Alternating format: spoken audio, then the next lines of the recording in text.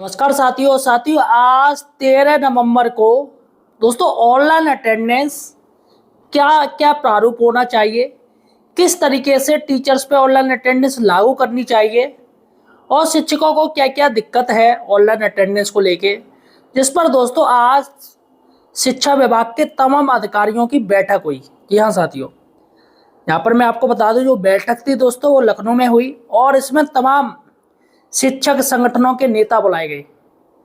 करीब दोस्तों 7 या 8 प्रकार के शिक्षक संगठनों के नेता बुलाए गए, लेकिन शिक्षा मित्रों की तरफ से कोई नहीं बुलाया गया, जिसकी वजह से शिक्षा मित्र काफ़ी नाराज थे। लेकिन दोस्तों बैठक आज हुई और बैठक में दोस्तों क्या निकल के आया है, किस तरीके से शिक्षकों ने मांगे रखी हैं और अधिकारियों ने, जी हाँ अधिकारियों ने क्या जवाब दिया है, सारा का सारा दोस्तों आज मैं आपको इस वीडियो में बताने जा रहा हूँ। क्या सरकार ऑनलाइन अटेंडेंस लागू कर देगी बेसिक शिक्षकों पर और माध्यमिक शिक्षकों पर? दोस्तों अब जो बात आ रही है वो दोनों तरीके के शिक्षकों पर आ रही है।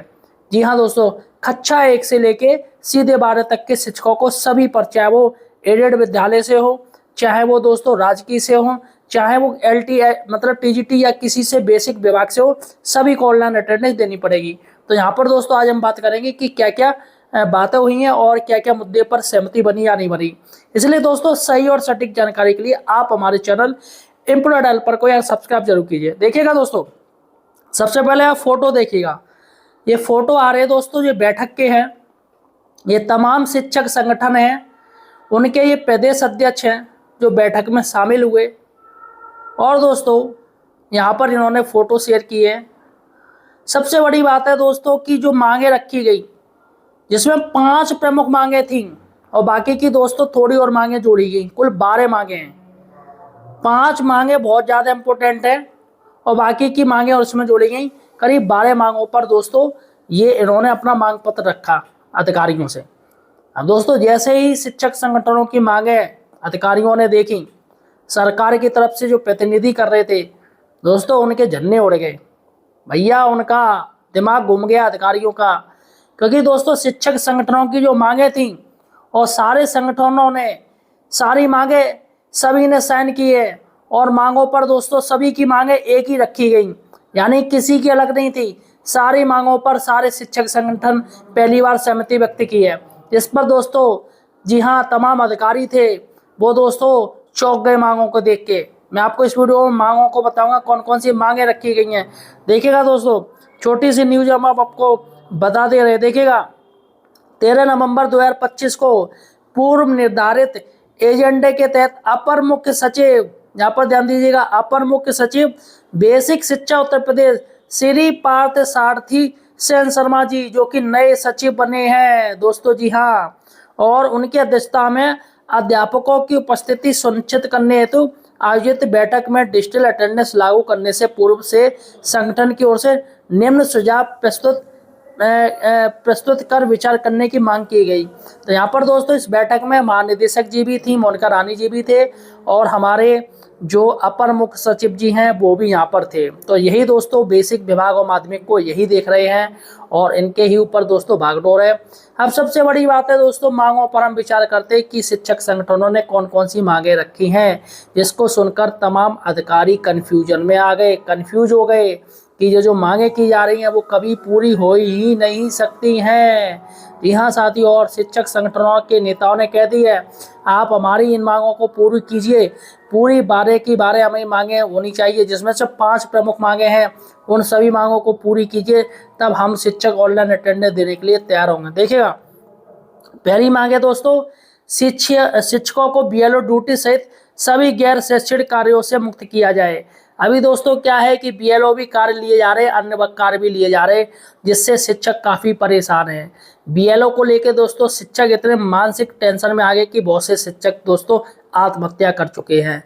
क्योंकि दोस्तों इतना ज़्यादा प्रेशर है, इतना ज़्यादा प्रेशर, अभी तो SIR का कार्य चल रहा है, शिक्षक परेशान हैं और तमाम अधिकारी दोस्तों उनको ये कहते हैं कि अगर आपने काम नहीं किया तो आपका वेतन रोक देंगे, सस्पेंड कर देंगे। तो दोस्तों ऐसे ऐसे जिससे कि शिक्षक परेशान हो जाता है, शिक्षकों के ऊपर लोन चल रहा है, बेचारे परेशान हैं। अब ऐसे में दोस्तों एक्स्ट्रा कार्य आता है तो शिक्षक और ज़्यादा परेशान हो जाते हैं, पहला दोस्तों।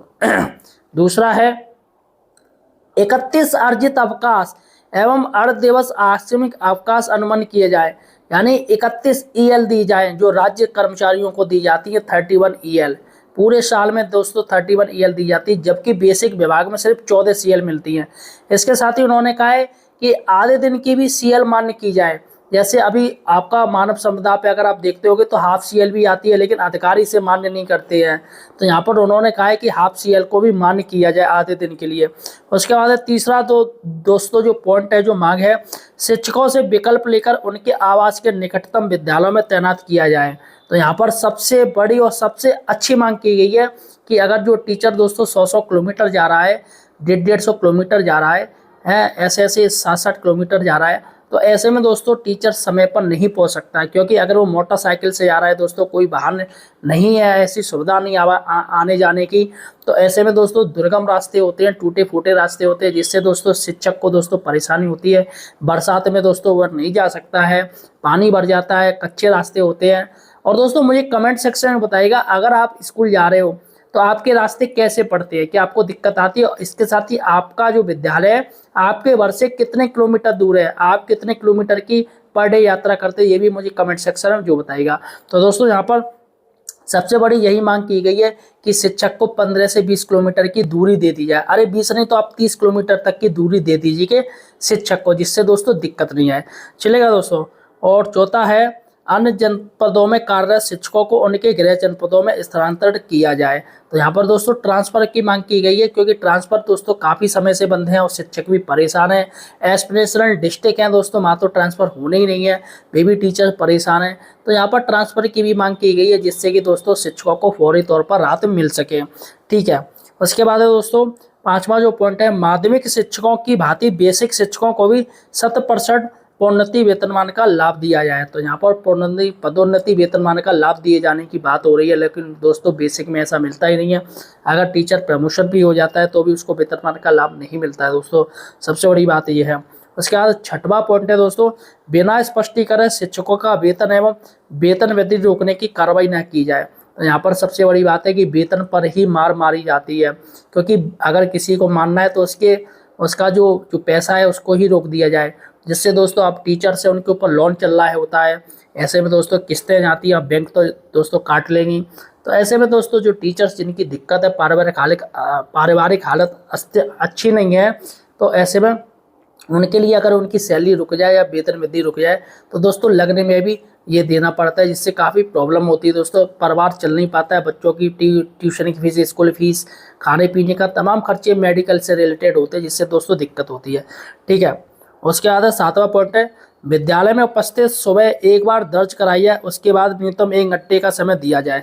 तो यहाँ पर बात हो रही है कि विद्यालय में जो उपस्थिति है सुबह एक बार दर्ज कराई जाए। ठीक है। उसके लिए न्यूनतम 1 घंटे का समय दिया जाए। अब जैसे कोई टीचर आया, अब मान के चलो नेटवर्क नहीं आ रहा है या कुछ भी है, तो ऐसे में दोस्तों उसकी ऑनलाइन एब्सेंट लग जाएगी। तो यहाँ पर टाइम दिया जाए टीचर्स को कि वो आ जाए, तो 1 घंटे में आप अपनी ऑनलाइन अटेंडेंस लगा दीजिए। लेकिन दोस्तों यहाँ पर अधिकारी टाइम नहीं देना चाह रहे हैं, इसी से बच रहे हैं। चलेगा दोस्तों। आठवां पॉइंट है, इसके अतिरिक्त विलंब की दशा में विलंबित समय की गणना करते हुए 6 घंटे पूर्ण होने पर उसे सीएल में समायोजित कर दिया जाए।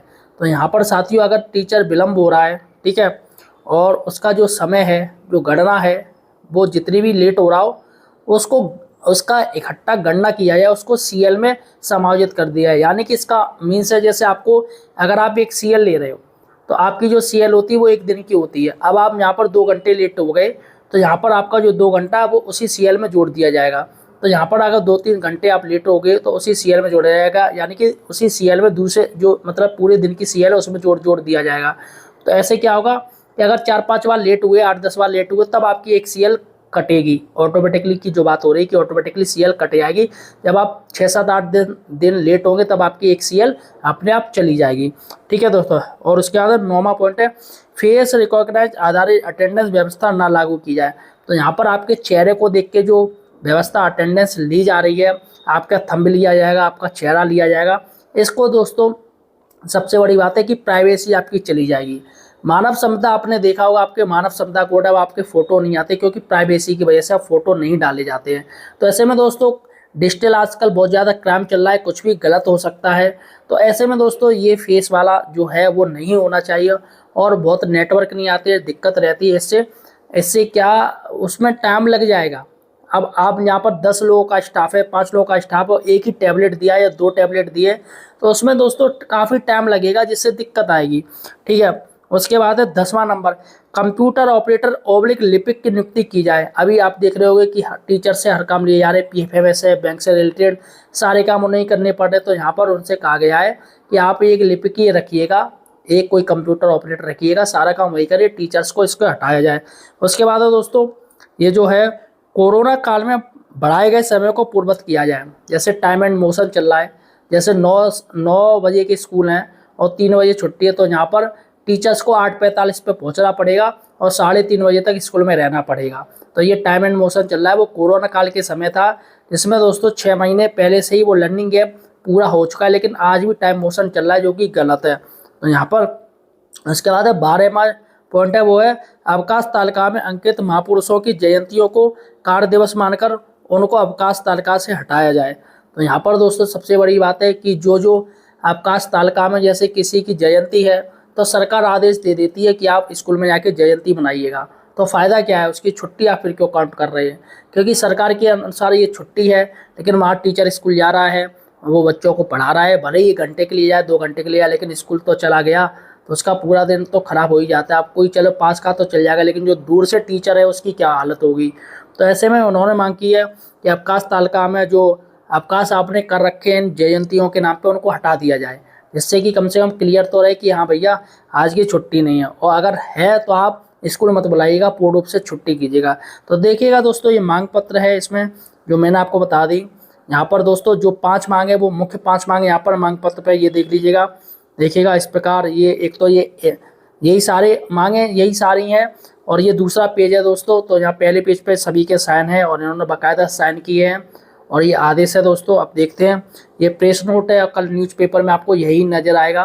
फिलहाल साथियों, आपका क्या कहना है, शिक्षकों को किस चीज़ से छूट मिलनी चाहिए, या किस चीज़ को सबसे पहले अधिकारियों को ये चीज़ माननी चाहिए? जो 12 मांगे मैंने आपको बता दी, आपको क्या लगता है अधिकारियों को सबसे पहले किस मांग को पूरा करना चाहिए? ये मुझे कमेंट सेक्शन में बताइएगा। इस वीडियो को ज़्यादा शेयर कीजिएगा।